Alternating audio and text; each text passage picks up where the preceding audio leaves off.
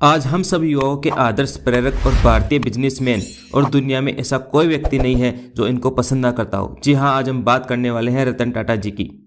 दोस्तों, बचपन में ही इनके माता पिता का डिवोर्स हो गया। उसके बाद रतन टाटा जी अपनी दादी जी के साथ रहने लगे। बचपन से ही दादी जी ने उन्हें एथिक्स और मोरल का पाठ पढ़ाया कि चाहे कुछ भी हो जाए, तुम्हें ऐसा कोई कदम नहीं उठाना है जिससे खानदान पे कोई आ जाए। और इसको रतन टाटा जी आज तक फॉलो करते आए हैं।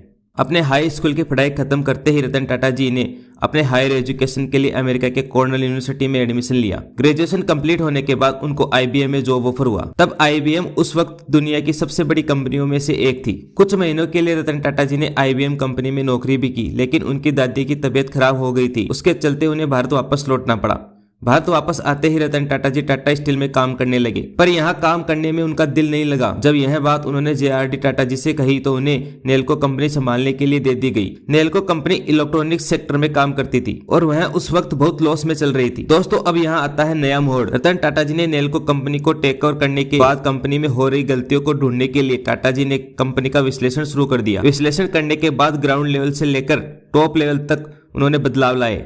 रतन टाटा की ओनरशिप के अंदर नेल्को कंपनी के सारे डेप्थ क्लियर हो गए और कंपनी फिर से प्रॉफिट मेकिंग कंपनी बन गई। दोस्तों, 1991 के बाद रतन टाटा जी की असली जर्नी शुरू हो गई, जब वो टाटा कंपनी के चेयरमैन बन गए। जब रतन टाटा जी चेयरमैन बने तो उस वक्त कई सीनियर्स का मानना था कि रतन टाटा जी इस पोस्ट के लायक नहीं है, लेकिन जेआरडी टाटा जी ने किसी की भी बात न सुनते हुए रतन टाटा जी को टाटा कंपनी का चेयरमैन बना दिया और इसके बाद रतन टाटा जी की लीडरशिप की यात्रा शुरू हुई। रतन टाटा जी पहले से ही विजनरी इंसान थे और अब तो उनको ऐसा मौका मिल गया था जो अपने सारे विजन को कंप्लीट कर सके। अपने विजन और अपनी मेहनत के दम पर रतन टाटा जी ने टाटा की सारी कंपनीज को प्रॉफिट मेकिंग कंपनीज बना दिया। दोस्तों, रतन टाटा जी विजनरी इंसान होने के साथ साथ एक मास्टर कम्युनिकेटर भी थे, जिससे वे अपने आइडियाज और विजन को सही तरीके से दूसरों के सामने रख पाते थे। रतन टाटा जी की सबसे बड़ी खूबियों में से एक खूबी यह थी कि उनके साथ जो भी काम कर रहा हो वो उनको देखकर इंस्पायर हो जाता था और आप उनकी खूबियों को सुनकर इंस्पायर हो जाओगे।